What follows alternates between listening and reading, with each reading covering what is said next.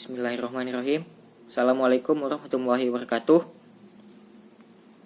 Perkenalkan, saya Muhammad Hafiz, berasal dari jurusan Matematika FMIPA Unsyah, angkatan 2018. Adapun video ini saya buat untuk memenuhi tugas mata kuliah kewirausahaan yang kedua, yaitu tentang menyadari potensi diri orang yang berada di sekitar saya.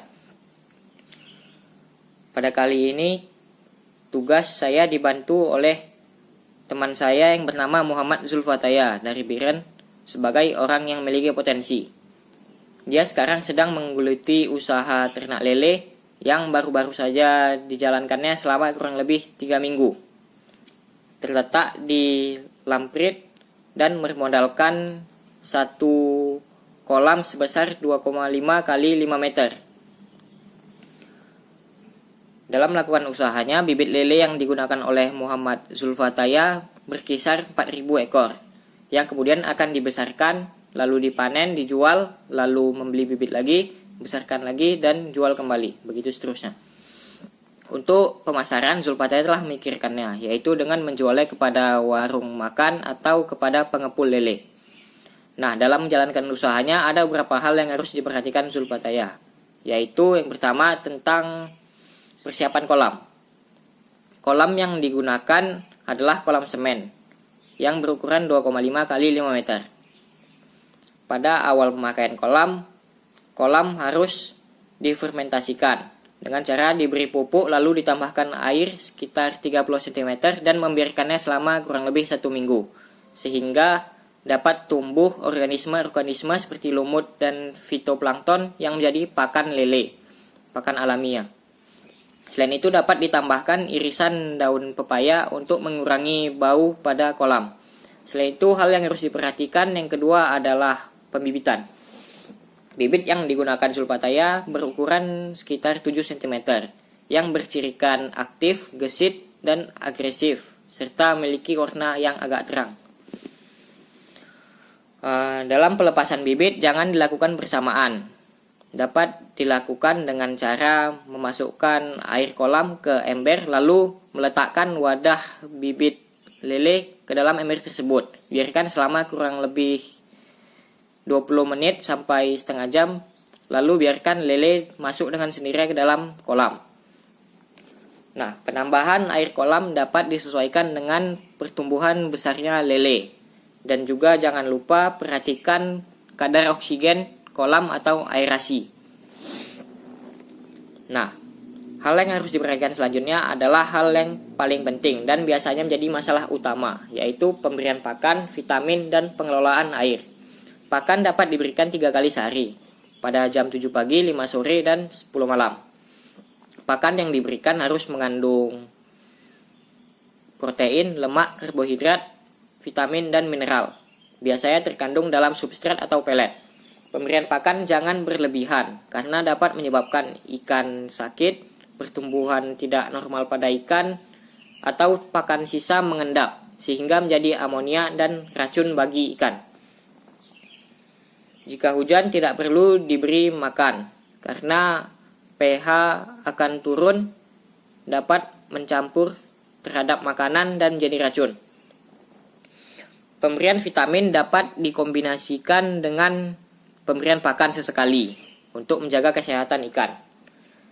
Dan juga jangan lupa kotoran lele mengandung amonia sehingga dapat jadi racun dan harus dibersihkan bagian bawah kolam untuk membuang racun tersebut dan memberi penambahan air serta probiotik. Setelah itu dapat dilakukan penyortiran, yaitu pemisahan lele berukuran besar dan berukuran kecil untuk mengurangi persaingan pakan dan lele besar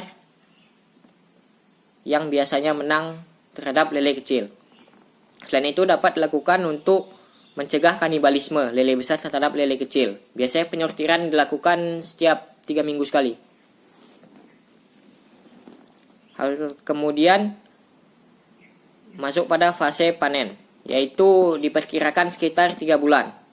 Setelah panen, ikan akan didistribusikan kepada warung-warung makan ataupun pada pengepul.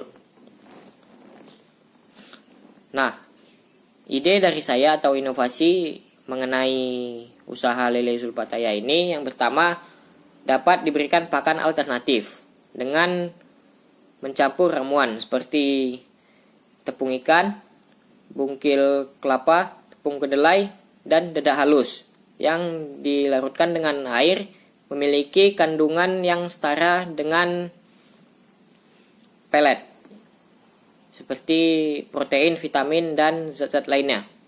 Selain itu dapat diberikan dedaunan seperti pepaya atau singkong.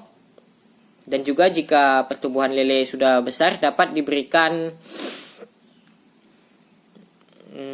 pakan hewan seperti usus ayam ataupun ikan rucah, ikan kecil yang tidak dikonsumsi oleh manusia.